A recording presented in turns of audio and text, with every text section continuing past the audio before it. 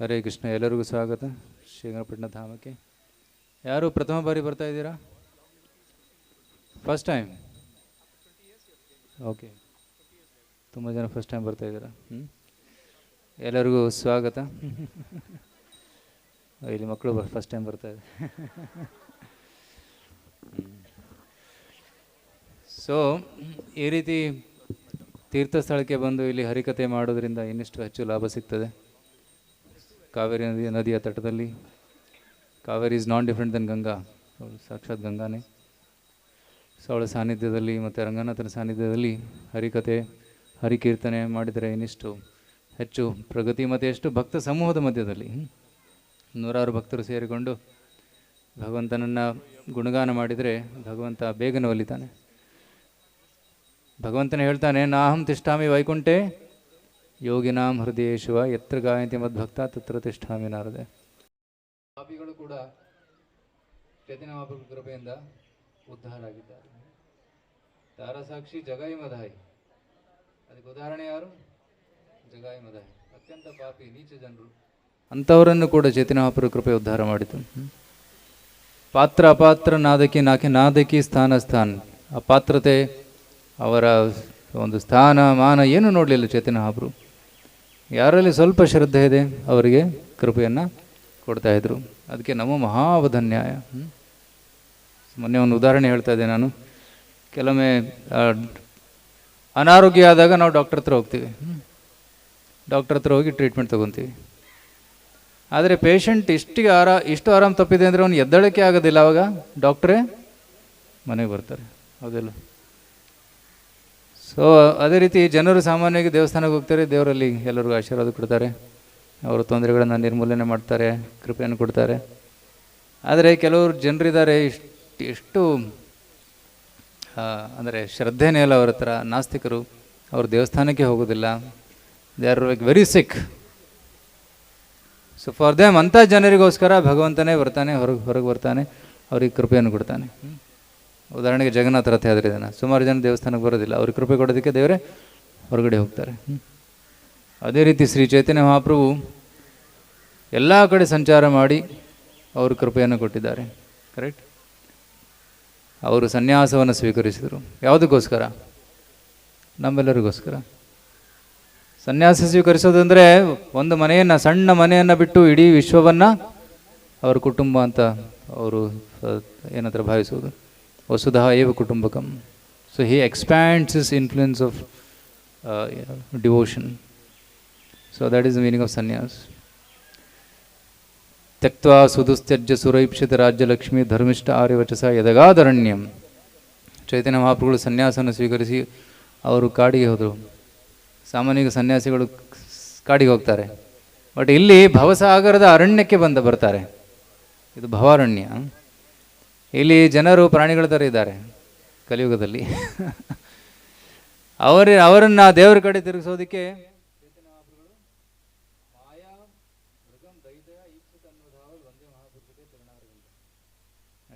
ಮಾಯಾ ಮೃಗದ ಹಿಂದೆ ಓಡುತ್ತಿರುವಂತಹ ಜನರನ್ನು ಹಿಡಿದು ಭಗವಂತನ ಹತ್ರ ತಿರುಗಿಸೋದಕ್ಕೆ ಚೈತನ್ಯ ಮಹಾಪ್ರಭುಗಳು ಸನ್ಯಾಸವನ್ನು ಸ್ವೀಕರಿಸಿದ್ದಾರೆ. ಕೇವಲ 24 ವರ್ಷದಲ್ಲಿ ಅವರು ಸನ್ಯಾಸ ಸ್ವೀಕರಿಸಿ ಇಡೀ ದಕ್ಷಿಣ ಭಾರತದಲ್ಲಿ ಅವರು ಸಂಚಾರ ಮಾಡಿ ಪ್ರಚಾರ ಪ್ರಸಾರವನ್ನು ಮಾಡಿದರು. ಈಗ ಪ್ರಚಾರ ಪ್ರಸಾರ ಮಾಡುವಾಗ ಚೈತನ್ಯ ಮಹಾಪ್ರಭುಗಳು ಕೆಲವೊಬ್ಬರು ಶಿಷ್ಯರನ್ನು ಮಾಡ್ತಾರೆ. ಅವರಲ್ಲಿ ಮುಖ್ಯರಾದವರು 6 ಗೋಸ್ವಾಮಿಯರು. ಶ್ರೀರೂಪ ಸನಾತನ ಭಟ್ಟ ರಘುನಾಥ್, ಶ್ರೀಜೀವ ಗೋಪಾಲ ಭಟ್ಟ ದಾಸ ರಘುನಾಥ್, এ চাই গোসাইর করি চরণ বন্দন, যাহা হইতে বিঘ্ন নাশ আবিষ্ট পুরাণ। এ চাই গোসাই যার মুই তার দাস, তাসবর পদ রেণু মোর পঞ্চগ্রাস। तांदेर चरण सेवी भक्त सनिवास, जनमे जनमे होई अभिलाष. ಸೊ ನರತನದಾಸ್ ಠಾಕೂರ್ ಇನ್ ದಿಸ್ 4 ವರ್ಸಸ್, ಈ 4 ಶ್ಲೋಕಗಳಲ್ಲಿ ಹೇಳ್ತಾರೆ, ಈ 6 ಗೋಸ್ವಾಮಿಯರು ಚೈತನ್ಯ ಮಹಾಪ್ರಭುಗಳ ನಿಕಟ ಶಿಷ್ಯರು. ಶ್ರೀರೂಪ ಗೋಸ್ವಾಮಿ, ಸನಾತನ ಗೋಸ್ವಾಮಿ, ರೈಟ್, ಜೀವ ಗೋಸ್ವಾಮಿ, ರಘುನಾಥ ದಾಸ್, ರಘುನಾಥ ಭಟ್ ಗೋಸ್ವಾಮಿ ಆ್ಯಂಡ್ ಗೋಪಾಲ್ ಭಟ್ ಗೋಸ್ವಾಮಿ, ಈ 6 ಗೋಸ್ವಾಮಿಯರು. ಮತ್ತು ಇವರೆಲ್ಲರೂ ಯಾರು? ಸಾಮಾನ್ಯ ವ್ಯಕ್ತಿಗಳಲ್ಲ. ಅವರೆಲ್ಲರೂ ಮಹಾಪಂಡಿತರು, ಮತ್ತು ಕೆಲವರು ಶ್ರೀಮಂತ ಕುಲದಲ್ಲಿ ಹುಟ್ಟಿದವರು. ಅವರೆಲ್ಲರೂ ಭಗವಂತನ ಸೇವೆಗಾಗಿ ಸಂಪೂರ್ಣವನ್ನು ತ್ಯಾಗ ಮಾಡಿ ಅವರು ಭಗವಂತನಿಗೆ ಶರಣಾಗ್ತಾರೆ. ಅದರಲ್ಲಿ ರೂಪ ಸನಾತನ ಗೋಸ್ವಾಮಿ ಅವರು ಪ್ರೈಮ್ ಮಿನಿಸ್ಟರ್, ಫೈನಾನ್ಸ್ ಮಿನಿಸ್ಟರ್ ಆಗಿದ್ದರು. ನಾವು ಹುಸೇನ್ ಶಾನ ಏನಂತಾರೆ ಕಿಂಗ್ಡಮಲ್ಲಿ, ರಾಜ್ಯದಲ್ಲಿ ಅವರು ರಿಟೈರ್ಡ್ ಆದಾಗ ಅಥವಾ ಅವರು ವೃಂದಾವನಕ್ಕೆ ಹೋಗುವಾಗ ಹಡಗು ತುಂಬಿ ಚಿನ್ನದ ನಾಣ್ಯಗಳನ್ನು ಅವರು ಸಂಗ್ರಹಿಸಿದರು. ಅಷ್ಟು ದೊಡ್ಡ ಸಂಪತ್ತು ಅವರದಿತ್ತು. ಅದನ್ನೆಲ್ಲ ಹಂಚಿ ಅವರು ವೃಂದಾವನಕ್ಕೆ ಹೋಗ್ತಾರೆ. ಅದೇ Gopala Bhatta Goswami, he was the son of Venkata Bhatta of Srirangam. He was very respected person, Venkata Bhatta ಅವರ ಮಗ. ಮತ್ತು ಗೋಪಾಲ ಭಟ್ಟ ಗೋಸ್ವಾಮಿ ವೆರಿ ಸ್ಕಾಲರ್ಲಿ, ಪಂಡಿತರು, ಸಾಕಷ್ಟು ಅವರು ಗ್ರಂಥಗಳನ್ನು ರಚನೆ ಮಾಡಿದ್ದಾರೆ. ಜೀವ ಗೋಸ್ವಾಮಿ, ಈಗಲೂ ಕೂಡ ಜೀವ ಗೋಸ್ವಾಮಿಯ ಪುಸ್ತಕಗಳನ್ನು ದೊಡ್ಡ ದೊಡ್ಡ ಯೂನಿವರ್ಸಿಟೀಸಲ್ಲಿ ಸ್ಟಡಿ ಮಾಡ್ತಾರೆ, ಅದರ ಮೇಲೆ ರಿಸರ್ಚ್ ನಡೀತಾ ಇದೆ. ಅಂತಹ ವಿದ್ವಾನ್ರು ಜೀವ ಗೋಸ್ವಾಮಿಯರು. ನಂತರ ಇದ್ದಾರೆ ರಘುನಾಥ ಭಟ್ಟ ಗೋಸ್ವಾಮಿ.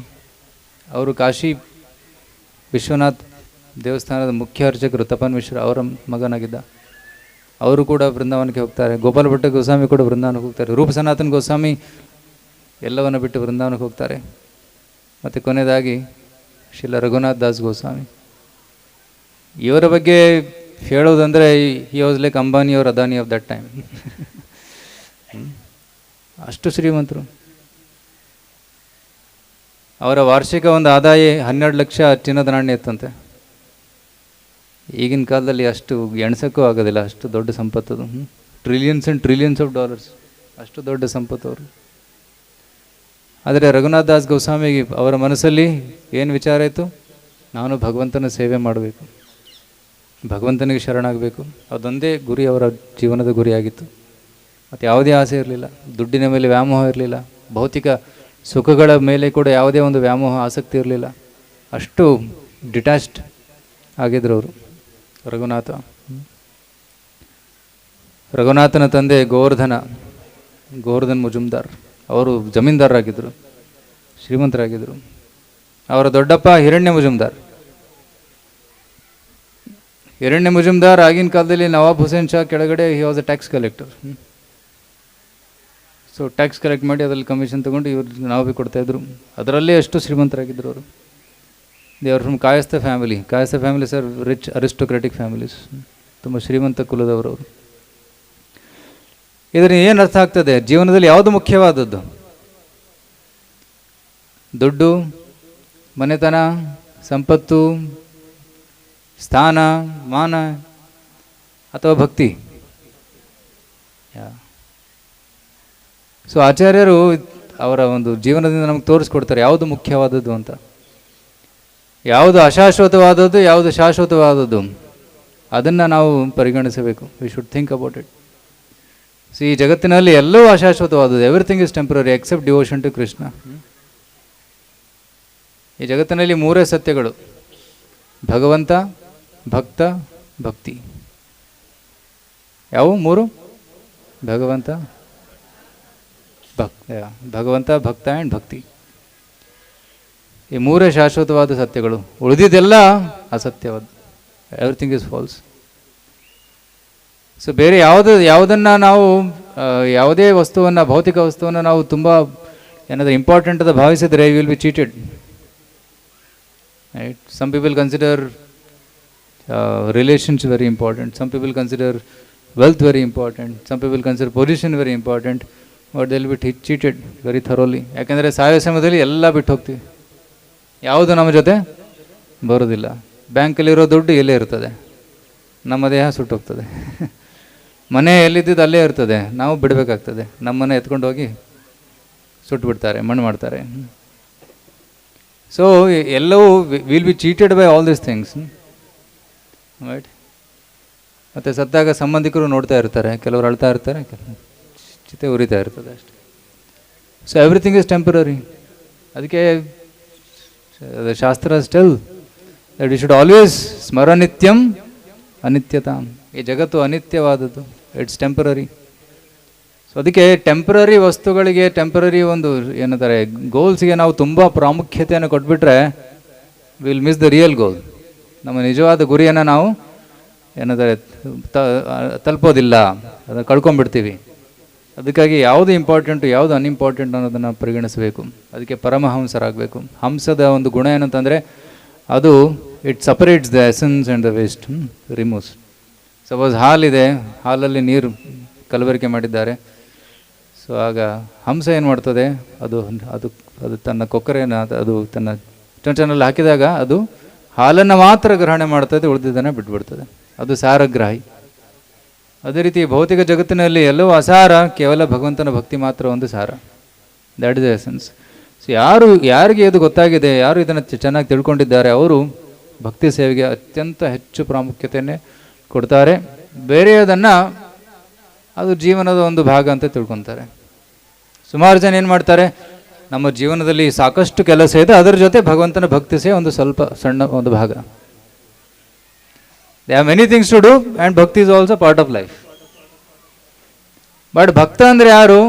ಭಗವಂತನೇ ನನ್ನ ಜೀವನ, ನನ್ನ ಸರ್ವಸ್ವ, ಬೇರೆದೆಲ್ಲ ಜೀವನದ ಒಂದು ಭಾಗ. Everything else is part of my life. ಕೆಲಸ ಆಗಿರ್ಬೋದು, ಮನೆ ಆಗಿರ್ಬೋದು, ದುಡ್ಡಾಗಿರ್ಬೋದು, ಸಂಬಂಧಗಳಾಗಿರ್ಬೋದು, ಅದೆಲ್ಲ ಪಾರ್ಟ್ ಆಫ್ ಲೈಫ್. ಬಟ್ ನನ್ನ ಮುಖ್ಯವಾದದ್ದು ಗುರಿ ಏನು? ಕೃಷ್ಣ ಕಾನ್ಷಿಯಸ್ನೆಸ್. ಸೊ ಈ ಗೋಸ್ವಾಮಿಯವರ ಜೀವನದಲ್ಲಿ ನಾವು ಇದನ್ನೇ ನೋಡ್ಬೋದು. ತ್ಯಕ್ತ್ವಾ ತೂರ್ಣಮಶೇಷ ಮಂಡಲಪತಿ ಶ್ರೇಣೀಂ ಸದಾ ತುಚ್ಛವತ್ ಭೂತ್ವಾದೀನ ಗಣೇಶಕೋ ಕರುಣೆಯ ಕೋಪೀನ ಕಂಠಾಶ್ರಿತೋ. ರೈಟ್. ಸೊ ಈ ಷಡ್ಗೋಸ್ವಾಮಿಯರು ತ್ಯಕ್ತ್ವಾ ತೂರ್ಣಂ ಅಶೇಷ ಮಂಡಲಪತಿ ಶ್ರೇಣಿಂ, they were like Fortune 500 people of the world. ಆ ಶ್ರೇಣಿಯನ್ನು ಬಿಟ್ಟುಬಿಟ್ರು. ಭೂತ್ವಾ ದೀನ ಗಣೇಶಗೋ ಕರುಣೆಯ, ಈ ಜೀವಿಗಳಿಗೆ, ಬದ್ಧ ಜೀವಿಗಳಿಗೆ ಉದ್ಧಾರ ಮಾಡೋದಕ್ಕೋಸ್ಕರ ಅವರು ಎಲ್ಲವನ್ನು ಬಿಟ್ಟು ವೃಂದಾವನಕ್ಕೆ ಹೋಗಿ ಅಲ್ಲಿ ಭಜನೆ ಮಾಡಿದರು, ಗ್ರಂಥಗಳ ರಚನೆ ಮಾಡಿದರು, ಶಾಸ್ತ್ರಗಳ ಸಾರವನ್ನು ನಮಗೆ ಕೊಟ್ಟಿದ್ದಾರೆ ಅವರ ಗ್ರಂಥಗಳ ಮುಖಾಂತರ. ಮತ್ತು ಅವರ ಜೀವನದಿಂದ ಭಕ್ತಿ ಸೇವೆ ಹೇಗೆ ಮಾಡಬೇಕು ಅನ್ನೋದನ್ನು ನಮಗೆ ತೋರಿಸಿಕೊಟ್ಟಿದ್ದಾರೆ. ಸೊ ಅದಕ್ಕಾಗಿ ಈ ಷಡ್ಗೋಸ್ವಾಮಿಯರ ಜೀವನವನ್ನು ನಾವು ಅರ್ಥ ಮಾಡ್ಕೋಬೇಕು. ವಿಶೇಷವಾಗಿ ಗೌಡಿಯ ವೈಷ್ಣವರು ನಾವೆಲ್ಲ ನಾವು ವೃಂದಾವನಕ್ಕೆ ಹೋಗೋದಂತಂದರೆ ಷಡ್ಗೋಸ್ವಾಮಿಯರ ಜೀವನ ಚರಿತ್ರೆಯನ್ನು ಅಲ್ಲಿ ಕಲಿತು ಅದನ್ನು ನೋಡೋದಕ್ಕೆ ಅಲ್ಲಿ ಹೋಗ್ತೀವಿ ಅಷ್ಟೇ. ಇದು nothing else for us except the 6 Goswamis. ಎಚ್ಚಾಯ್ ಗೋಸಾಯ ಜಬ್ಬೆ ಬ್ರಜ ಕೊಯ್ಲ ವಾಸ್ ರಾಧಾಕೃಷ್ಣ ನಿತ್ಯ ಲೀಲಾ ಕೊರಿಲೋ ಪ್ರಕಾಶ್. ಯಾವಾಗ ಈ ಷಡ್ಗೋಸ್ವಾಮಿಯವರು ವೃಂದಾವನಕ್ಕೆ ಹೋಗ್ತಾರೆ, ಅಲ್ಲಿ ಕೂತ್ಕೊಂಡು ಈ ವೃಂದಾವನದ ಪ್ರಕಾಶವನ್ನು ಇಡೀ ಜಗತ್ತಿನಲ್ಲಿ ಮಾಡ್ತಾರೆ. So that's why this Goswamis life is very important. 6 ಜನರಲ್ಲಿ ಒಬ್ಬರು ಶ್ರೀಲ ರಘುನಾಥ್ ದಾಸ್ ಗೋಸ್ವಾಮಿ. ಇಂದ್ರ ಸಮ ಐಶ್ವರ್ಯ ಸ್ತ್ರೀ ಅಪ್ಸರ ಸಮ.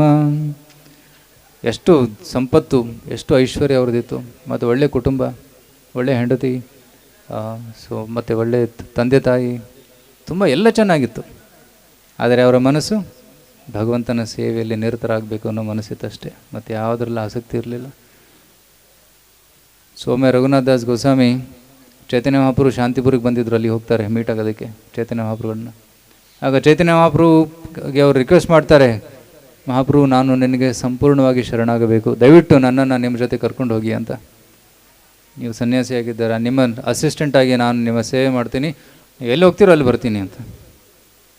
ಆಗ ಚೈತನ್ಯ ಮಹಾಪ್ರಭು ಹೇಳ್ತಾರೆ, ಮರ್ಕಟ ವೈರಾಗಿ ಆಗಬೇಡ, ಸರಿಯಾದ ಸಮಯದಲ್ಲಿ ಅವು ವೈರಾಗ್ಯವನ್ನು ಸ್ವೀಕರಿಸಬೇಕು. ಆದರೆ ಆ ಸಮಯ ಈಗ ಬಂದಿಲ್ಲ, ಮನೆಗೆ ಹೋಗು, ನಿನ್ನ ಕರ್ತವ್ಯಗಳನ್ನೆಲ್ಲ ಚೆನ್ನಾಗಿ ಮಾಡು ಅಂತಾರೆ. ಮತ್ತು ಒಂದು ಸರಿಯಾದ ಸಮಯದಲ್ಲಿ ಕೃಷ್ಣ ನಿನಗೆ ಸ್ಫೂರ್ತಿಯನ್ನು ಕೊಡ್ತಾನೆ, ಆವಾಗ ನೀನು ಬಾ ಅಂತ ಹೇಳ್ತಾರೆ. ಸೊ ಚೈತನ್ಯ ಮಹಾಪ್ರಭು ಈ ರೀತಿ ಹೇಳಿದ ಮೇಲೆ ರಘುನಾಥ ಮನೆಗೆ ವಾಪಸ್ ಬರ್ತಾನೆ. ಮನೆಗೆ ವಾಪಸ್ ಬಂದು ಅಲ್ಲಿ ತನ್ನ ಗೃಹ ಕಾರ್ಯಗಳನ್ನು ಮಾಡ್ತಾ ಇದ್ದ, ತಂದೆಯ ಬಿಸ್ನೆಸ್ ನೋಡ್ಕೊತಾ ಇದ್ದ, ಮತ್ತು ಮನೆ ಕೆಲಸ ಮತ್ತು ಎಲ್ಲ ವ್ಯವಹಾರಗಳನ್ನು, ವಹಿವಾಟುಗಳನ್ನು ಸೊ ಎಲ್ಲ ನೋಡ್ಕೊತಾ ಇದ್ದ. ಎಷ್ಟು ಚೆನ್ನಾಗಿ ನೋಡ್ಕೊತಾ ಇದ್ದ ಅಂದರೆ ತಂದೆ ತಾಯಿಗೆ ತುಂಬ ಸಂತೋಷ ಆಯಿತು. ನಮ್ಮ ಮಗ ಈಗ ನಾರ್ಮಲ್ ಆಗಿದ್ದಾನೆ, ಮೊದಲು ಅಬ್ನಾರ್ಮಲ್ ಆಗಿದ್ದ, ಈಗ ಬಟ್ ಯಾವುದು ಅಬ್ನಾರ್ಮಲ್, ಯಾವುದು ನಾರ್ಮಲ್? ಸೊಮ್ಮೆ ಪ್ರಭುಪಾದರು ಅಮೆರಿಕದಲ್ಲಿ ಪ್ರಚಾರ ಮಾಡುವಾಗ ಅಲ್ಲಿ ಭಕ್ತರೆಲ್ಲ ಧೋತಿ ಕುರ್ತ ಹಾಕ್ಕೊಂಡು, ಅಮೇರಿಕನ್ ಭಕ್ತರೆಲ್ಲ ಧೋತಿ ಕುರ್ತ ತಿಲಕ ಹಾಕ್ಕೊಂಡು ಕೀರ್ತನೆ ಮಾಡ್ತಾಯಿದ್ರು. ಅವಾಗ ಒಬ್ಬ ನ್ಯೂಸ್ ಪೇಪರಲ್ಲಿ ಆರ್ಟಿಕಲ್ ಬರ್ತದೆ, this Hare Krishna devotees are crazy ಅಂತ. ಈ ಹರೇ ಕೃಷ್ಣ ಭಕ್ತರು ಹುಚ್ಚರಾಗಿದ್ದಾರೆ. ಯಾಕಂದರೆ ಅಲ್ಲಿ ಪ್ಯಾಂಟ್ ಶರ್ಟ್ ಉಟ್ಕೊತಾರೆ, ಏನೋ ಇವರು ಬೆಡ್ಶೀಟ್ ಉಟ್ಕೊತಾ ಇದ್ದಾರೆ. ಅವ್ರಿಗೆ ಧೋತಿ ಅಂದರೆ ಏನು ಗೊತ್ತಿಲ್ಲ ಅವ್ರಿಗೇನು, ಬೆಡ್ಶೀಟ್ ಸುತ್ಕೊತಾ ಇದ್ದಾರೆ ಅಂತ. ಮತ್ತು ಹಣೆಗೆ ಮಣ್ಣು ಹಚ್ಕೊತಾ ಇದ್ದಾರೆ, ತಲೆ ಬೋಳಿಸ್ಕೊತಾ ಇದ್ದಾರೆ. ದೇ ಆರ್ ಕ್ರೇಜಿ, ಇವರು ಹುಚ್ಚರು ಅಂತ ಒಂದು ಆರ್ಟಿಕಲ್ ಬಂತು. ಆಗ ಪ್ರಭುಪಾದರು ಒಂದು ಉತ್ತರ ಬರೀತಾರೆ ಅದಕ್ಕೆ, ರೆಫ್ಯೂಟ್ಸ್ ದಟ್ ಹೂ ಈಸ್ ಕ್ರೇಜಿ. ಒಂದು ಆರ್ಟಿಕಲ್ ಬರೀತಾರೆ, ಹೂ ಈಸ್ ಕ್ರೇಜಿ, ಯಾರು ನಿಜವಾದ ಹುಚ್ಚರು ಅಂತ. ನಿಜವಾದ ಹುಚ್ಚರು ಯಾರು? Except devotees everybody else is crazy ಅಂತ. ಒಂದು ಉದಾಹರಣೆ ಕೊಡ್ತಾರೆ. ಒಬ್ಬ ವ್ಯಕ್ತಿ ಒಂದು ಹುಚ್ಚಾಸ್ಪತ್ರೆ ಹೋಗಿದ್ದ. ಆ ಹುಚ್ಚಾಸ್ಪತ್ರೆಯಲ್ಲಿ ಒಬ್ಬ ಬುದ್ಧಿವಂತ ಹುಚ್ಚ ಬರ್ತಾನೆ. ತಾನು ಬುದ್ಧಿವಂತ ಅಂತ ತಿಳ್ಕೊತಾ ಇದ್ದ. ಅವನು ಬಂದು ಹೇಳ್ತಾನೆ ಈ ವ್ಯಕ್ತಿಗೆ, ಸಲ್ಯೂಟ್ ಮಾಡು, ನಾನು ಪ್ರೈಮ್ ಮಿನಿಸ್ಟರ್, ಗೊತ್ತಾ, ನಾನು ಪ್ರೈಮ್ ಮಿನಿಸ್ಟರ್, ಸಲ್ಯೂಟ್ ಮಾಡು. ಹೌದಾ, ನಮಸ್ಕಾರ ಸರ್. ಯಾರು ಹುಚ್ಚರು? ಆ ಹುಚ್ಚನೇ ಹುಚ್ಚ. ಆದರೆ ಹುಚ್ಚ ಏನು ತಿಳ್ಕೊತಾನೆ? ಇವನು ಹುಚ್ಚ ಅಂತ ತಿಳ್ಕೊತಾನೆ. ಸೊ ಅದೇ ರೀತಿ ಈ ಜಗತ್ತಿನಲ್ಲಿ ಎಲ್ಲರೂ ನಾನು ಈ ದೇಹ, ನಾನು ಈ ಕುಟುಂಬದವನು, ನಾನು ಭಾರತೀಯ, ನಾನು ಅಮೆರಿಕಾದವನು, ನಾನು ಅಮೆರಿಕನ್, ನಾನು ಆಸ್ಟ್ರೇಲಿಯನ್, ನಾನು ಆಫ್ರಿಕನ್. ಇದೆಲ್ಲ ಚರ್ಮ ರೋಗ. Is all skin disease, body disease. ಅವನು ಕಪ್ಪು ಇದ್ದಾನೆ, ಇವನು ಬಿಳಿ ಇದ್ದಾನೆ, ಇವನು ಹಿಂಗಿದ್ದಾನೆ, ಅವನು ಹಂಗಿದ್ದಾನೆ. ಸೊ ಅವನು ಆ್ಯಕ್ಚುಲಿ ನಾವು ಇದು ಯಾವುದೂ ಅಲ್ಲ. ನಾವು ಯಾರು? ಆತ್ಮ. ದೇಹದೊಳಗಿರೋ ಆತ್ಮ ನಾನು. ಸೊ ಯಾರು ನಾನು ಆತ್ಮ ಅಂತ ತಿಳ್ಕೊಂಡು ಆತ್ಮದ ಚಟುವಟಿಕೆಗಳನ್ನು ಅಂದರೆ ಭಕ್ತಿ ಸೇವೆಯನ್ನು ಮಾಡ್ತಾರೆ. ಆತ್ಮದ ನಿಜವಾದ ಸ್ವರೂಪ ಯಾವುದು? ಜೀವರ ಸ್ವರೂಪ ಹೈ ಕೃಷ್ಣೇರ ನಿತ್ಯದಾಸ್. ಯಾರು ಭಗವಂತನ ಸೇವೆಯಲ್ಲಿ ನಿರತರಾಗಿರ್ತಾರೆ ಅವರು ಬುದ್ಧಿವಂತರು. ಏ ಕೃಷ್ಣ ಭಜೆ ಸೇ ಬಡ ಚತುರ್. ಆದರೆ ಯಾರು ನಾನು ಆತ್ಮ ಅನ್ನೋದನ್ನು ಮರೆತು ಬಿಟ್ಟು ನಾನು ಈ ದೇಹ ಅಂತ ಭಾವಿಸ್ತಾರೆ ಅವರು ಹುಚ್ಚರು. They are crazy. So Prabhupada wrote that article and devotees are very happy. ಆ ಆರ್ಟಿಕಲನ್ನು ಓದಿ, as we are not crazy, you are crazy, right, I am okay, you are not okay ಅಂತ. ಸೊ ಈ ರೀತಿ ಸೊ ತಂದೆ ತಾಯಿ ರಘುನಾಥನ ನೋಡಿ, ಇವು ನಾರ್ಮಲ್ ಆಗಿಬಿಟ್ಟಿದ್ದಾನೆ. ಬಟ್ ರಘುನಾಥ ತನ್ನ ಮನಸ್ಸಿನಲ್ಲಿ ಯಾವಾಗಲೂ ಭಗವಂತನ ಸ್ಮರಣೆ ಮಾಡ್ತಾ ಇದ್ದ. ಸೊ ಭಕ್ತರು ಕೂಡ ಈ ಸಂಸಾರದಲ್ಲಿರುವಾಗ ಸಂಸಾರದ ವಹಿವಾಟುಗಳನ್ನು, ಕೆಲಸಗಳನ್ನು ಮಾಡಬೇಕಾಗ್ತದೆ. ಆದರೆ ನಮ್ಮ ಮನಸ್ಸು ಅದರಲ್ಲಿರಬಾರ್ದು. ನಮ್ಮ ಮನಸ್ಸು ಯಾವುದರಲ್ಲಿರಬೇಕು? ಕೃಷ್ಣ ಸೇವೆಯಲ್ಲಿರಬೇಕು. ಯಾವಾಗಲೂ ಕೃಷ್ಣ ಚಿಂತನೆಯಲ್ಲಿರಬೇಕು. ಬಾಹ್ಯ ದೃಷ್ಟಿಯಲ್ಲಿ ಆಫೀಸಿಗೆ ಹೋಗ್ತಾ ಇದ್ದಾರೆ, ಒಬ್ಬರು ಮನೆ ಕೆಲಸ ಮಾಡ್ತಾ ಇದ್ದಾರೆ, ಅಡುಗೆ ಮಾಡ್ತಾ ಇದ್ದಾರೆ, ಮಕ್ಕಳನ್ನು ನೋಡ್ಕೊತಾ ಇದ್ದಾರೆ, ಸ್ಕೂಲಿಗೆ ಹೋಗ್ತಾ ಇದ್ದಾರೆ. ಬಟ್ ಏನೇ ಕೆಲಸ ಮಾಡ್ತಾಯಿದ್ರು ಕೂಡ ಮನಸ್ಸು ಎಲ್ಲಿರಬೇಕು? ಕೃಷ್ಣನ ಪಾದಕಮಲದಲ್ಲಿರಬೇಕು. ರೈಟ್. ಆ ಕೆಲಸ ಮುಗಿದ ತಕ್ಷಣ ದೇವರ ಸೇವೆಯಲ್ಲಿ ಜಪ ಮಾಡೋದು, ಭಾಗವತ ಓದೋದು, ಪ್ರಚಾರ ಮಾಡೋದು.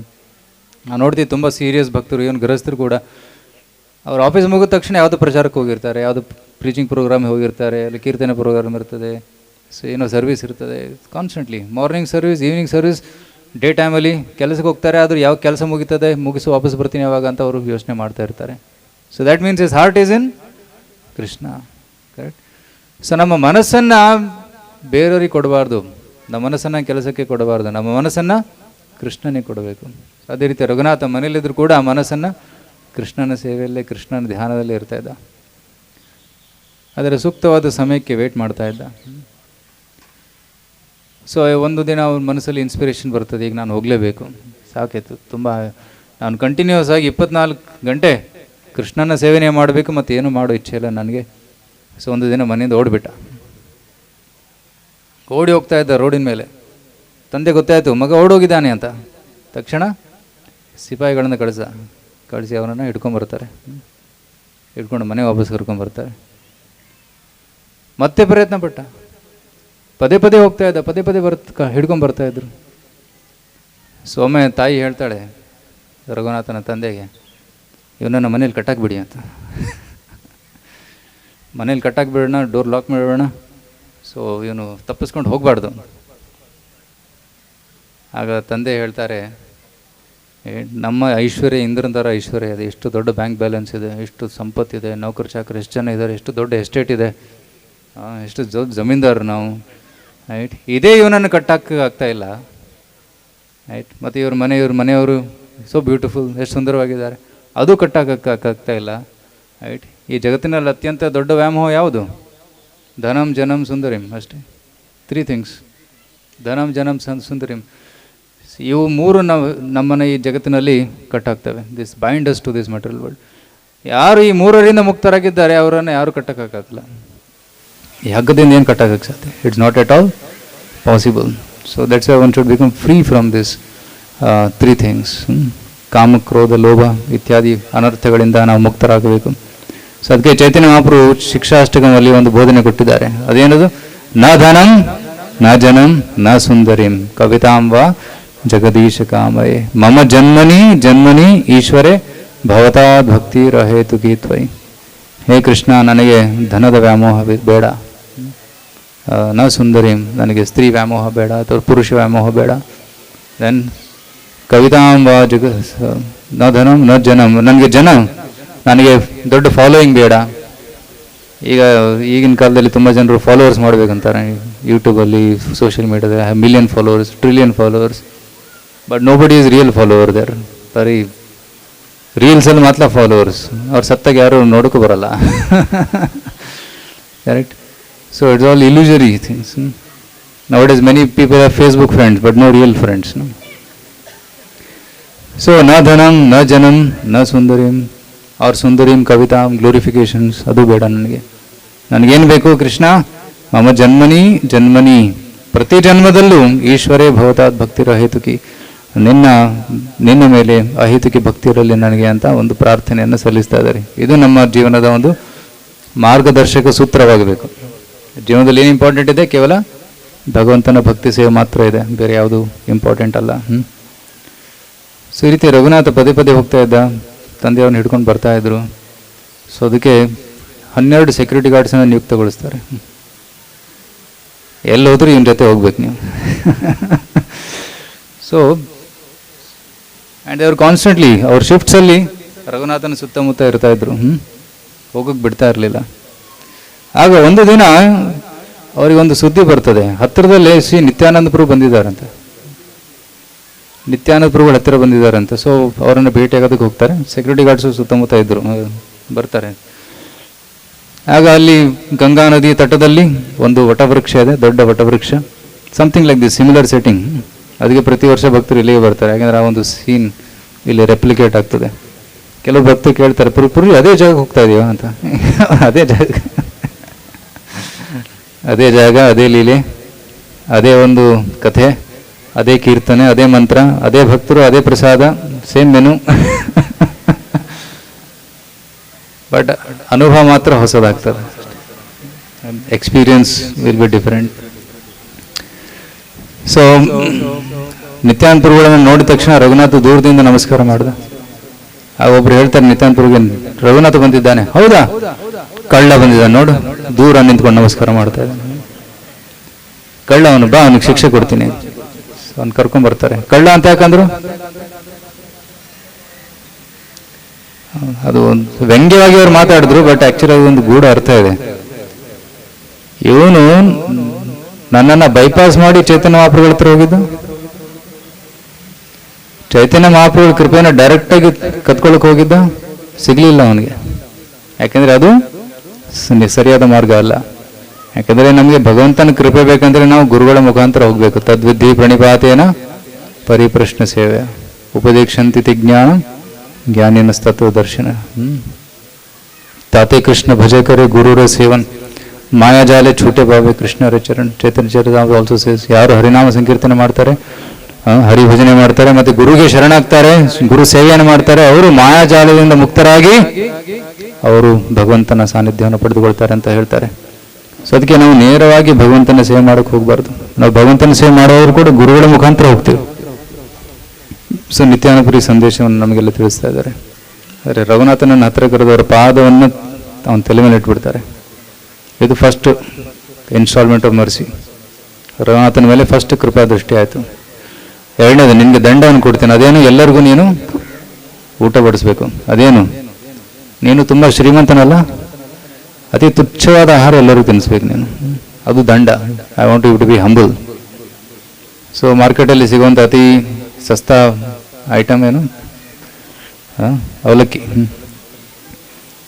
ಹಾಲು ಮತ್ತು ಅವಲಕ್ಕಿಯನ್ನು ತಿಳಿಸುವಂತ ಹೇಳ್ತಾರೆ ಚೀಡಾ ದಹಿ. ಸೊ ಹಾಲನ್ನು ಹಾಲು ಕುದಿಸಿ ಅದರಲ್ಲಿ ಅವಲಕ್ಕಿಯನ್ನು ಹಾಕಿ, ಸಕ್ಕರೆ ಹಾಕಿ, ಸ್ವಲ್ಪ ಬಾಳೆಕಾಯಿ ಹಾಕಿ, ನಂತರ ಸ್ವಲ್ಪ ಕರ್ಪೂರ ಹಾಕಿ, ಅಷ್ಟೇ ಸಿಂಪಲ್. ಡ್ರೈ ಫ್ರೂಟ್ಸ್ ಏನೂ ಇಲ್ಲ ಅದರಲ್ಲಿ. ಆ್ಯಕ್ಚುಲ್ ಚೀಡಾ ದಹಿಲಿ ಯಾವುದು ಡ್ರೈ ಫ್ರೂಟ್ಸ್ ಇಲ್ಲ, ಮ್ಯಾಂಗೋ ಇಲ್ಲ, ಯಾವುದು ಆಪ್ಲೆಂಟ್ ಥಿಂಗ್ಸ್ ಏನಿಲ್ಲ, ಜೇನುತುಪ್ಪ ಇಲ್ಲ, ಏನೂ ಇಲ್ಲ, ಸಿಂಪಲ್. ಅಂಥದ್ದನ್ನು ಎಲ್ಲರಿಗೂ ತಿನ್ನಿಸುವಂತಾರೆ. ಆಗ ರಘುನಾಥನಿಗೆ ಈ ಸೇವೆ ಸಿಕ್ಕ ಮೇಲೆ ತುಂಬ ಖುಷಿ ಆಯಿತು. ಅವನಿಗೆ ಸೇವೆ ಮಾಡೋ ಅವಕಾಶ ಸಿಕ್ಕಿದೆ, ನನಗೆ ಎಷ್ಟೊಂದು ಭಕ್ತರು ಸೇವೆ ಮಾಡೋ ಅವಕಾಶ ಸಿಕ್ಕಿದೆ ಅಂತ. ತಕ್ಷಣ ಅವರ ಏನಂತಾರೆ ಅಸಿಸ್ಟೆಂಟ್ ಕಳಿಸಿ ಮಾರ್ಕೆಟಲ್ಲಿ ಏನೇನಿದೆ ಎಲ್ಲದನ್ನು ಅವರು ಖರೀದಿಸಿ ಬರ್ತಾರೆ. ಮತ್ತು 2 ದೊಡ್ಡ ಮಡಿಕೆಗಳನ್ನು ತಂದು ಒಂದರಲ್ಲಿ ಹಾಲು, ಒಂದರಲ್ಲಿ ಮೊಸರು, ಅದರಲ್ಲಿ ಅವಲಕ್ಕಿ ಹಾಕಿ, ಅದೆಲ್ಲ ಹಣ್ಣುಗಳನ್ನು ಮಿಕ್ಸ್ ಮಾಡಿ, ಸಕ್ಕರೆ ಹಾಕಿ, ಸ್ವಲ್ಪ ಕರ್ಪೂರ ಹಾಕಿ ರೆಡಿ ಮಾಡ್ತಾರೆ. ಮತ್ತು ಅದನ್ನು ಚಿಕ್ಕ ಚಿಕ್ಕ ಮಡಿಕೆಗಳಲ್ಲಿ 100 ಮಡಿಕೆಯನ್ನು ತಂದಿದ್ರು. ಅದರಲ್ಲಿ ಒಂದರಲ್ಲಿ ಹಾಲಿಂದು ಮಿಕ್ಸ್ ಮಾಡಿದ್ರು, ಇನ್ನೊಂದು ಮೊಸರಿಂದ ಮಿಕ್ಸ್ ಮಾಡಿರೋದು ಅವಲಕ್ಕಿಯನ್ನು ಎಲ್ಲರಿಗೂ ಹಂಚ್ತಾರೆ. ನಿತ್ಯಾನಂದ ಪ್ರಭುಗಳಿಗೂ ಕೊಡ್ತಾರೆ. ನಿತ್ಯಾನಂದ ಪ್ರಭು ಅಷ್ಟರಲ್ಲಿ ಸ್ನಾನ ಮಾಡ್ಕೊಂಡು ಹೊಸ ವಸ್ತ್ರ ಧರಿಸ್ಕೊಂಡು ಅವ್ರು ಬಂದು ಕೂತ್ಕೊಂಡಿದ್ರು. ಅವ್ರ ಪಕ್ಕ ಎಲ್ಲ ಮಹಾನ್ ಆಚಾರ್ಯರೆಲ್ಲರೂ ಕೂತ್ಕೊಂಡಿದ್ರು. ಆಗ ರಘುನಾಥ ಎಲ್ಲರಿಗೂ 2 ಮಡಿಕೆಗಳನ್ನು ಕೊಡ್ತಾನೆ. ಎಲ್ಲರೂ ತಿನ್ನೋದಕ್ಕೆ ರೆಡಿ ಆಗ್ತಾರೆ. ಆ ಸಮಯದಲ್ಲಿ ನಿತ್ಯಾನಂದ ಪ್ರಭು ಚೈತನ್ಯ ಮಹಾಪ್ರಭುಗಳನ್ನು ಬರಮಾಡ್ಕೊಳ್ತಾರೆ. ಚೈತನ್ಯ ಮಹಾಪ್ರಭು ಎಲ್ಲಿದ್ರು? ಜಗನ್ನಾಥಪುರಿಯಲ್ಲಿದ್ದರು. ಜಗನ್ನಾಥಪುರಿಯಲ್ಲಿದ್ದ ಚೈತನ್ಯ ಮಹಾಪ್ರಭು ಇಲ್ಲಿ ಪ್ರಕಟವಾದರು. ಎಲ್ಲಿ? ಪಾನಿಹಟ್ಟಿಯಲ್ಲಿ. ಆ ಸ್ಥಳದಲ್ಲಿ ಪ್ರಕಟರಾಗಿ ಆ ವೃಕ್ಷದ ಕೆಳಗಡೆ ನಿತ್ಯಾನಂದ ಪ್ರಭುಗಳ ಪಕ್ಕ ಬಂದು ಕೂತ್ಕೊಂಡ್ಬಿಡ್ತಾರೆ. ಆಗ ನಿತ್ಯಾನಂದ ಪ್ರಭುಗಳು ಗಾಳಿಯಲ್ಲಿ ಹಿಂಗೆ ಯಾರಿಗೂ ತಿನ್ನಿಸ್ತಾ ಇದ್ರು. ಯಾರೂ ಕಾಣಿಸಲಿಲ್ಲ ಅಂದಿದ್ದು, ಚೈತನ್ಯ ಮಹಾಪ್ರಭು ಬಂದಿದ್ದು ಕೆಲವರಿಗೆ ಮಾತ್ರ ಕಾಣಿಸ್ತಾ ಇತ್ತು. ಸೊ ನಿತ್ಯಾನಂದ ಪ್ರಭು ಚೈತನ್ಯ ಮಹಾಪ್ರಭು ತಿನ್ನಿಸ್ತಾ ಇದ್ದಾರೆ, ಚೈತನ್ಯ ಮಹಾಪ್ರಭು ನಿತ್ಯಾನಂದ ಪ್ರಭು ತಿನ್ನಿಸ್ತಾ ಇದ್ದಾರೆ. ಈ ರೀತಿ ಪರಸ್ಪರ ಪ್ರಸಾದವನ್ನು ಅವರು ಸ್ವೀಕರಿಸ್ತಾ ಇದ್ದಾರೆ. ಕೆಲವರಿಗೆ ಆಶ್ಚರ್ಯ ಆಗ್ತದೆ, ಏನು ನಡೀತಾ ಇದ್ದು ಇಲ್ಲಿ, ಅವ್ರಿಗೆ ಅರ್ಥ ಆಗ್ತಾ ಇಲ್ಲ. ಅದು ಯಾರು ಶುದ್ಧ ಭಕ್ತರಿದ್ರು ಅವ್ರಿಗೆ ಗೊತ್ತಾಯ್ತು ಚೈತನ್ಯ ಮಹಾಪ್ರಭು ಬಂದಿದ್ದಾರೆ ಅಂತ. ಸೊ ಅವರು ಪ್ರಸಾದವನ್ನು ಸ್ವೀಕರಿಸಿದ ಮೇಲೆ ರಘುನಾಥಿಗೆ ಕರೀತಾರೆ, ರಘುನಾಥ ತಗೊಳ್ಳಿ ಮಹಾಪ್ರಸಾದ. ಸೊ ನಿತ್ಯಾನಂದ ಪ್ರಭುಗಳು ತಾವು ತಿಂದಂತಹ ಮಡಿಕೆಗಳನ್ನು ರಘುನಾಥನಿಗೆ ಕೊಡ್ತಾರೆ. ಸೊ ಇದು 3ನೇ ಇನ್ಸ್ಟಾಲ್ಮೆಂಟ್ ಮರ್ಸಿ. ಒಂದೇ ದಿನದಲ್ಲಿ ಸಿಗ್ತದೆ ಅಲ್ಲ. ರಘುನಾಥ ಆ ಪ್ರಸಾದವನ್ನು ಸ್ವೀಕರಿಸಿ ಆ ಪ್ರಸಾದವನ್ನು ಬೇರೆಯವರಿಗೂ ಕೂಡ ಹಂಚ್ತಾನೆ.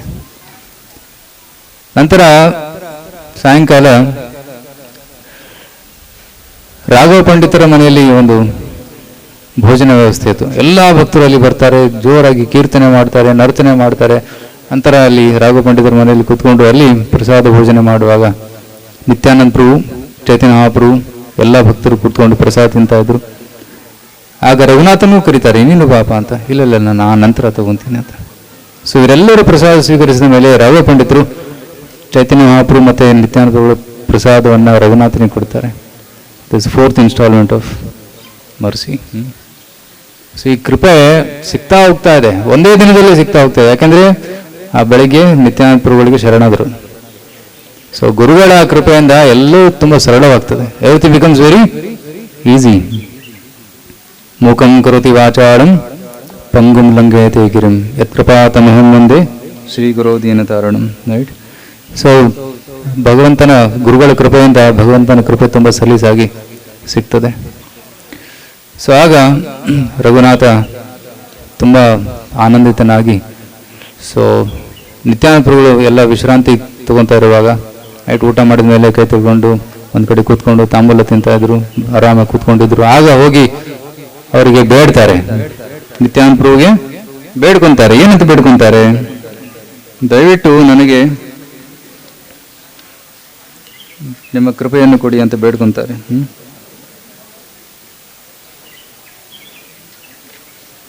ಇದು ಚೈತನ್ಯ ಚರಿತಾಮೃತ.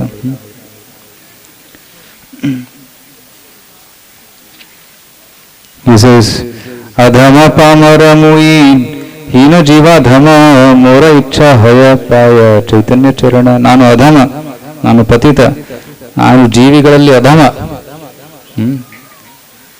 ಮೋರ ಇಚ್ಛೆ, ನನ್ನ ಇಚ್ಛೆ ಏನು? ನನಗೆ ಚೈತನ್ಯರ ಚರಣ ಬೇಕು.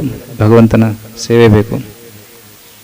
ಆದರೆ ಈ ಇಚ್ಛೆ ಹೇಗಿದೆ, ನಾನು ಒಬ್ಬ ವಾಮನ ಚಂದ್ರನನ್ನ ಮುಟ್ಟೋ ಥರ ಒಂದು ಇಚ್ಛೆ. Dwarf trying to touch is moon, it's impossible. Right. ಅನೇಕ ಯತ್ನಕ್ಕೂ ತುಂಬ ಯತ್ನ ಮಾಡಿದ್ದೇನೆ, ತಾತೆ ಕಬು ಸಿದ್ಧನ, ಆದರೆ ಆ ಒಂದು ನನ್ನ ಇಷ್ಟಾರ್ಥ ನನಗೆ ಸಿಗಲಿಲ್ಲ. ಯಥವಾರ ಪಲಾಯಾಮಿ ಗೃಹಾದಿ ಛಾಡಿಯ, ಎಷ್ಟು ಸಲ ಓಡೋದೆ ಮನೆಯಿಂದ, ಆದರೆ ಸಿಗಲಿಲ್ಲ. ಪಿತಾ ಮಾತಾ ದುಯಿ ಮೋರೆ ರಾಖೆ ಬಾಂಧಿಯ, ಆದರೆ ನನ್ನನ್ನು ಮನೆಯಲ್ಲಿ ಇಟ್ಕೊಂಡ್ಬಿಟ್ರು, ನನ್ನನ್ನು ಸೇವೆಗೋಸ್ಕರ ಬಿಡಲಿಲ್ಲ ಅಂತ. ತೋಮಾರ ಕೃಪಾ ವಿನಾ ಕೆ ಹೇ ಚೈತನ್ಯ ನ ಪಾಯ್, ತುಮಿ ಕೃಪಾ ಕೈಲೇತಾರೆ ಅವಮೇಹ ಪಾಯ್. ನಿಮ್ಮ ಕೃಪಾ ಇಲ್ಲ ಅಂದ್ರೆ ಯಾರಿಗೂ ಚೈತನ್ಯ ಮಹಾಪ್ರಭು ಸಿಗೋದಿಲ್ಲ, ಆದ್ರೆ ನಿಮ್ಮ ಕೃಪಾ ಇದ್ದರೆ ಅಧಮನಿಗೂ ಚೈತನ್ಯ ಪ್ರಾಪ್ತಿ ಆಗ್ತದೆ ಅಂತ ಹೇಳ್ತಾರೆ ಇಲ್ಲಿ. ಅಯೋಗ್ಯಮು ಈ ನಿವೇದನ ಕರಿತ ಕರಿ ಭಾಯ್, ಮೋರೆ ಚೈತನ್ಯ ದೇಹ ಗೋಸಾಯಿ ಹಯ ಸದಾಯ್. ದಯವಿಟ್ಟು ದಯೆಯನ್ನು ತೋರಿಸಿ ನನಗೆ ಚೈತನ್ಯ ಮಹಾಪ್ರಭುಗಳ ಸೇವೆಯನ್ನು ಸಲ್ಲಿಸಿ ಅಂತ ಕೊಡಿ ಅಂತ ಬೇಡ್ಕೊಂತಾರೆ. ನಿಮ್ಮ ಪಾದವನ್ನ ನನ್ನ ತಲೆ ಮೇಲೆ ಇಟ್ಟು ನಿನಗೆ ನಿರ್ವಿಘ್ನ ಚೈತನ್ಯ ಪಾಯ್, ನಿರ್ವಿಘ್ನವಾಗಿ ಚೈತನ್ಯ ಮಹಾಪ್ರಭುಗಳಿಂದ ಪಡಿ ಅಂತ ಒಂದು ಆಶೀರ್ವಾದ ಮಾಡಿ ಅಂತ ಬೇಡ್ಕೊಂತಾನೆ. ಆಗ ನಿತ್ಯಾನಂದ ಪ್ರಭು ಅವರಿಗೆ ಆಶೀರ್ವಾದವನ್ನ ನೀಡ್ತಾರೆ. ಆಗ ನಿತ್ಯಾನಂದ ಪ್ರಭು ಹೇಳ್ತಾರೆ, ನಿತ್ಯಾನಂದ ಹೇಳ್ತಾರೆ, ಇಹಾರ ವಿಷಯ ಸುಖ ಇಂದ್ರ ಸುಖ ಸಮ. ರಘುನಾಥನ ಒಂದು ವಿಷಯ ಸುಖ ಎಷ್ಟಿದೆ, ಇಂದ್ರ ಸುಖ ಸಮ ಇದೆ. ಚೈತನ್ಯ ಕೃಪಾತೆ ಸೇಹ ನಾಹಿ ಭಯ ಮನೆ. ಆದರೆ ಚೈತನ್ಯ ಮಹಾಪ್ರಭುಗಳ ಅಪೇಕ್ಷೆ ಇವ್ರ ಹತ್ರ ಇದೆ, ಅದಕ್ಕೆ ಈ ಒಂದು ವಿಷಯ ಸುಖ ಅವರಿಗೆ ಹಿಡಿಸ್ತಾ ಇಲ್ಲ. ಸಭೆ ಆಶೀರ್ವಾದಕರ, ನಾನೆಷ್ಟೆಲ್ಲ ಎಲ್ಲರೂ ಆಶೀರ್ವಾದ ಮಾಡಿ ಅಂತಾರೆ. ಸಭೆ ಆಶೀರ್ವಾದಕರ ಪಾವಕ ಚೈತನ್ಯ ಚರಣೆ. ಸೊ ಎಲ್ಲ ಭಕ್ತರ ಆಶೀರ್ವಾದದಿಂದ ರಘುನಾಥನಿಗೆ ಚೈತನ್ಯ ಚರಣ ಪ್ರಾಪ್ತಿ ಆಯಿತು. ಎಲ್ಲರೂ ನನ್ನಿಂದ ಹೇಳಿ, ಕೃಷ್ಣ ಪಾದ ಪದ್ಮಗಂಧ ಯೈ ಜನ ಪಾಯ, ಕೃಷ್ಣ ಪಾದ ಪದ್ಮಗಂಧ ಯೈ ಜನ ಪಾಯ, ಬ್ರಹ್ಮಲೋಕಾದಿ ಸುಖ ತಾರೆ ನಹಿ ಭಯ, ಬ್ರಹ್ಮಲೋಕಾದಿ ಸುಖ ತಾರೆ ನಹಿ ಭಯ. ಯಾರಿಗೆ ಕೃಷ್ಣ ಪಾದ ಪದ್ಮಗಂಧ ದೊರಕಿದೆ, ಕೃಷ್ಣನ ಪಾದದ ಸ್ವಲ್ಪ ರುಚಿ, ಸೇವೆ ರುಚಿ ಅವರಿಗೆ ದೊರಕಿದೆ, ಬ್ರಹ್ಮಲೋಕ ಆದಿ ಸುಖ, ಬ್ರಹ್ಮಲೋಕ ಮತ್ತು ಇತ್ಯಾದಿ ಸುಖಗಳು ಅಂದ್ರೆ ಬ್ರಹ್ಮಜ್ಯೋತಿಯ ಸುಖ, ಮೋಕ್ಷದ ಸುಖ, ಅದು ಕೂಡ ಇಷ್ಟ ಆಗೋದಿಲ್ಲ ಅವರಿಗೆ. ಅವರಿಗೆ ಕೇವಲ ಕೃಷ್ಣ ಸೇವೆ ಮಾತ್ರ ಇಷ್ಟ ಆಗ್ತದೆ. So they have become really mad, really crazy in love for Krishna. So ಈ ರೀತಿ ರಘುನಾಥನನ್ನು ಹತ್ತಿರ ಕರೆದು ಅವರ ತಲೆ ಮೇಲೆ, ರಘುನಾಥನ ತಲೆ ಮೇಲೆ ಪಾದ ಸ್ಪರ್ಶವನ್ನು ಮಾಡಿ ಚೈತನ್ಯ ಪ್ರಾಪ್ತಿಯಾಗಲಿ ಅಂತ ಅವರಿಗೆ ಆಶೀರ್ವಾದವನ್ನು ನೀಡ್ತಾರೆ. ನಂತರ ರಘುನಾಥನಿಗೆ ಚೈತನ್ಯ ಮಹಾಪ್ರಭುಗಳ ಪ್ರಾಪ್ತಿ ಆಯಿತು. ಒಂದು ದಿನ early morning he wakes up and then he goes to Jagannathpuri ಹೋಗ್ತಾರೆ. ಅಲ್ಲಿ ಹೋಗಿ ಚೈತನ್ಯ ಮಹಾಪ್ರಭುಗಳನ್ನು ಭೇಟಿ ಆಗ್ತಾರೆ, ಅವರಿಗೆ ಸರೆಂಡರ್ ಆಗ್ತಾರೆ. ಚೈತನ್ಯ ಮಹಾಪ್ರಭು ಅವರನ್ನು ತಮ್ಮ ಅಂತರಂಗ ಸರ್ಕಲಲ್ಲಿ ಅವರನ್ನು ಬರಮಾಡ್ಕೊತಾರೆ. He becomes one of the personal secretaries of Chaitanya Mahaprabhu. Right. Chaitanya ಮಹಾಪ್ರಭುಗಳ secretary ಆಗಿದ್ದರು ಸ್ವರೂಪ್ ದಾಮೋದರ್ ಗೋಸ್ವಾಮಿ ಅಸಿಸ್ಟೆಂಟ್ ಆಗಿದ್ದರು Raghunath Das Goswami. So Raghunath Das Goswami constantly stayed with Chaitanya Mahaprabhu for almost 18 years, 18 ವರ್ಷ ಸತತವಾಗಿ ಅವರು ಚೈತನ್ಯ ಮಹಾಪ್ರಭು ಜೊತೆನಿದ್ರು. ಅವರು ಮಹಾಪ್ರಭುಗಳ ಅತ್ಯಂತ ದಿವ್ಯ ಲೀಲೆಗಳನ್ನು ನೋಡಿದ್ದಾರೆ. ಅವರು ತಮ್ಮ ಡೈರಿಯಲ್ಲಿ ಬರೆದಿದ್ದಾರೆ, ಮತ್ತು ಆ ಕಥೆಗಳನ್ನು ರಾಧಾಕುಂಡದಲ್ಲಿ ಮುಂದೆ ಅವರು ವರ್ಣನೆ ಮಾಡಿದ್ದಾರೆ. ಅದರ ಆಧಾರದ ಮೇಲೆ ಚೈತನ್ಯ ಚರಿತಾಮೃತ ಕೃಷ್ಣದಾಸ್ ಕವಿರಾಜ್ ಗೋಸ್ವಾಮಿಯವರು ರಚನೆ ಮಾಡಿ ನಮಗೆಲ್ಲ ಕೊಟ್ಟಿದ್ದಾರೆ. ಸೊ ಇದು ಸಂಕ್ಷಿಪ್ತವಾಗಿ ಈ ಪಾನಿಹಾಟಿ ಚೀಡಾದಹಿ ಮಹೋತ್ಸವದ ಒಂದು ಕಥೆ. ಈ ಲೀಲೆ ಆಗಿದ್ದು ಒಂದು ಸ್ಥಳ ಪಾನಿಹಾಟಿ ಅಂತ, ಕಲ್ಕತ್ತಾದಿಂದ ಒಂದು 2 ಗಂಟೆ ದೂರ ಇದೆ. ಅಲ್ಲಿ ಒಂದು ಗಂಗಾ ನದಿಯ ತಟದಲ್ಲಿ ವಟವೃಕ್ಷದ ಕೆಳಗಡೆ ಈ ಲೀಲೆ ನಡೆಯಿತು. ಅದರ ಸ್ಮರಣೆಯಲ್ಲಿ ನಾವು ಈ ದಿನದಂದು ಇಲ್ಲಿ ಬರ್ತೀವಿ. ಮತ್ತು ಚೈತನ್ಯ ಮಹಾಪ್ರಭುಗಳ ಕೃಪೆಯಾಚನೆಗಾಗಿ ನಾವು ನಿತ್ಯಾನಂದ ಪ್ರಭುಗಳ ಆಶ್ರಯವನ್ನು ಪಡೆದುಕೊಳ್ತೀವಿ. ಮತ್ತು ಭಕ್ತರಿಗೂ ಕೂಡ ಯಾಚನೆ ಮಾಡಿ, ದಯವಿಟ್ಟು ನಿಮ್ಮ ಆಶೀರ್ವಾದ ಇರಲಿ ನಮ್ಮ ಮೇಲೆ, ನಮಗೆ ಚೈತನ್ಯ ಚರಣ ಪ್ರಾಪ್ತಿಯಾಗಲಿ ಅಂತ ಕೂಡ ಆಶೀರ್ವಾದವನ್ನು ಬೇಡುವ ಒಂದು ಭಾವನೆಯಲ್ಲಿ ನಾವು ಇಲ್ಲಿ ಬರ್ತೀವಿ, ಹೊರತಾಗಿ ಎಂಜಾಯ್ಮೆಂಟ್ ಮೂಡಲ್ಲ. If you come in this mood of begging for mercy, then we can attain the mercy of Sri Chaitanya Mahaprabhu, which is the ultimate goal of life. Hare Krishna Krishna Krishna Hare Hare, Hare Rama Rama Rama Hare Hare. I think it's time up.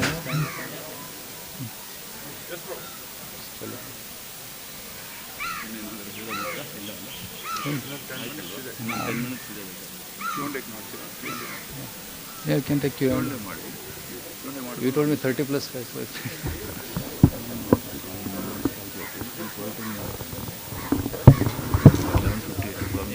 Yeah. 5-10 minutes is it? Okay. So I got some bonus time, 5 minutes, 10 minutes, 10 minutes, mercy time. Any questions?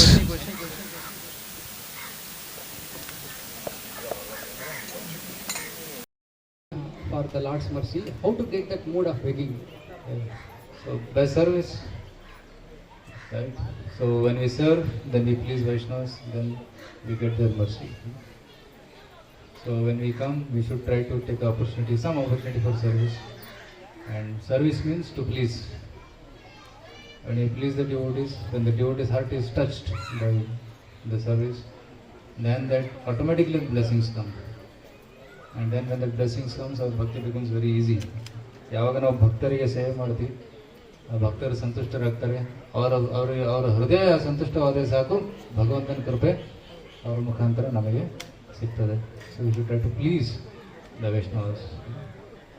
So that's the way to attain. So like here Raghunath Das Goswami, ಅವರು ಎಲ್ಲ ವೈಷ್ಣವರಿಗೆ ಸೇವೆ ಮಾಡಿದ್ರು, ಪ್ರಸಾದವನ್ನು ತಿನ್ನಿಸಿದ್ರು.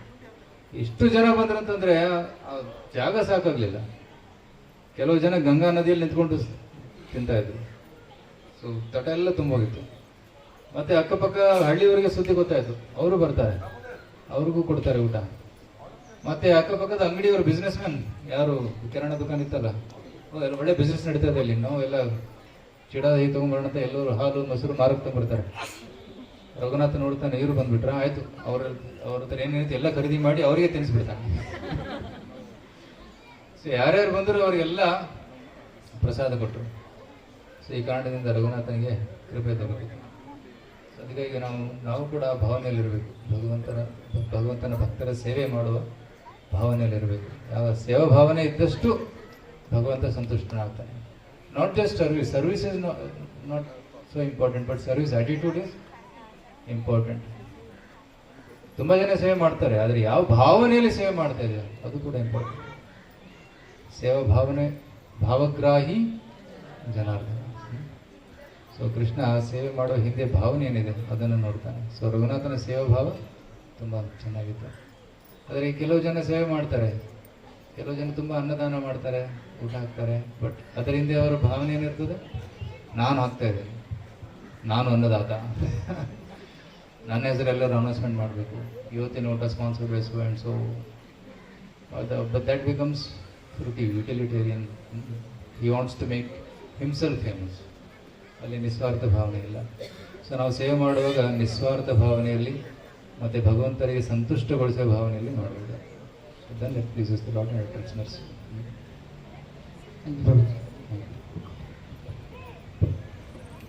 Any other question?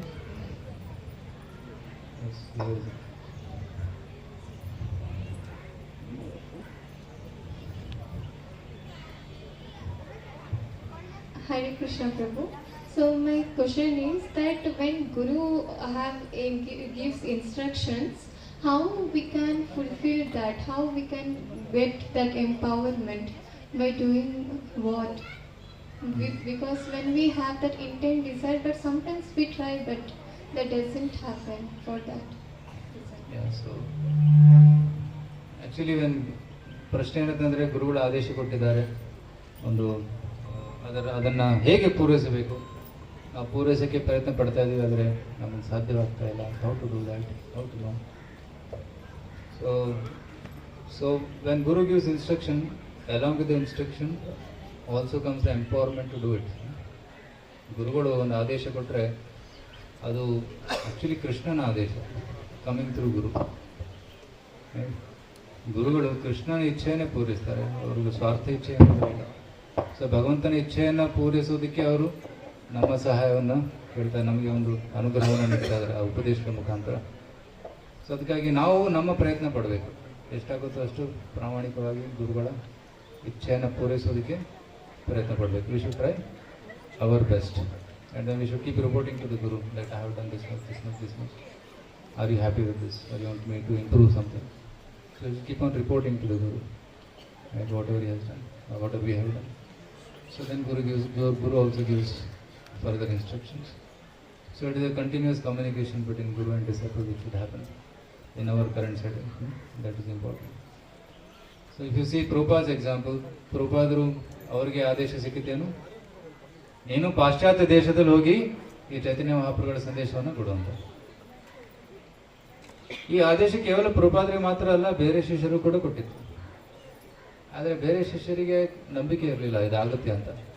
So they tried to go to America, to go to London to preach, but ಅಲ್ಲಿ ಸಾಧ್ಯವಾಗಲಿಲ್ಲ. ವಾಪಸ್ ಬರ್ತಾರೆ, ಗುರುಗಳು ಹೇಳ್ತಾರೆ, ಗುರುಗಳೇ ಸಾಧ್ಯವಿಲ್ಲ. ಭಾರತ ಅಂತಂದರೆ ಕೇವಲ ಇಂಡಿಯಾ ಮಾತ್ರ, ಇಲ್ಲಿ ಮಾತ್ರ ಸಾಧ್ಯ, ಹೊರಗಡೆ ಸಾಧ್ಯವಿಲ್ಲ. ಆದರೆ ಶಿಲ ಪ್ರಭುಪಾದರಿಗೆ ಅವರಿಗೆ ನಂಬಿಕೆ ಇತ್ತು. Prabhupada said yes one fool will do this one day, ಒಬ್ಬ ಮೂರ್ಖ ಶಿಷ್ಯ ಇದನ್ನು ಮಾಡ್ತಾನೆ ಅಂತ ಅವರು ಹೇಳಿದರು, ವಿನಮ್ರವಾಗಿ ಹೇಳಿದರು. ಅಂದರೆ ಅವರೇ ಮಾಡ್ತಾರೆ ಅಂತ ಅವ್ರಿಗೆ ನಂಬಿಕೆ ಇತ್ತು. ಯಾಕೆಂದರೆ ಅವರಿಗೆ ಗುರುಗಳ ಮೇಲೆ ಅಷ್ಟು ಭರವಸೆ ಇತ್ತು, ಗುರುಗಳ ಆದೇಶದ ಮೇಲೆ ಅಷ್ಟು ನಂಬಿಕೆ ಇತ್ತು. ಸೊ ಅವ್ರು 70 ವರ್ಷದ ವಯಸ್ಸಿನಲ್ಲಿ ಹೋಗ್ತಾರೆ, ಪ್ರಯತ್ನ ಪಡ್ತಾರೆ. ಎಲ್ಲಿರ್ತೀನಿ, ಏನು ತಿಂತೀನಿ, ಹೇಗೆ ನಾನು ಜೀವನ ಮಾಡ್ತೀನಿ ಏನು ಗೊತ್ತಿರಲಿಲ್ಲ ಅಮೆರಿಕದಲ್ಲಿ, ಬಟ್ ಹೋಗ್ತಾರೆ, ವಿಶ್ವಾಸ ಇಟ್ಟು ಹೋಗ್ತಾರೆ. But what happen is miracle. ಅದೇ ರೀತಿ ನಾವು ಗುರುಗಳ ಆದೇಶವನ್ನು ಪೂರೈಸೋದಕ್ಕೆ ಪ್ರಯತ್ನ ಪಡಬೇಕು. ಪ್ರಯತ್ನ ನಮ್ಮ ಕೈಯಲ್ಲಿದೆ. ನಂತರ ಗುರುಗಳ ಕೃಪೆ, ಕೃಷ್ಣನ ಕೃಪೆ ಹೇಗೆ ಅದು ಆ್ಯಕ್ಟ್ ಮಾಡುತ್ತೆ, ಹೇಗೆ ಅದು ಚಮತ್ಕಾರವನ್ನು ಮಾಡುತ್ತೆ, ಅದು ನಮ್ಗೆ ಗೊತ್ತಾಗೋದಿಲ್ಲ. You should just keep doing it.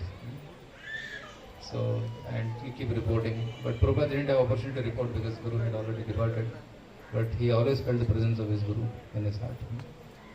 So, but we can, if Guru is not accessible, then you can consult senior devotees, senior Vaishnavas, and then under their direction you can continue the service. And one thing will happen by pleasing Guru and doing honestly the service, you feel satisfaction and you feel the development of taste in Harinam and Harikatha. That's natural. But if one is not able to, not doing very honestly the service, then he will have lack of taste, lack of taste or lack of happiness in bhakti. So one should try one's honest endeavor to please Guru and Krishna. Hare Krishna.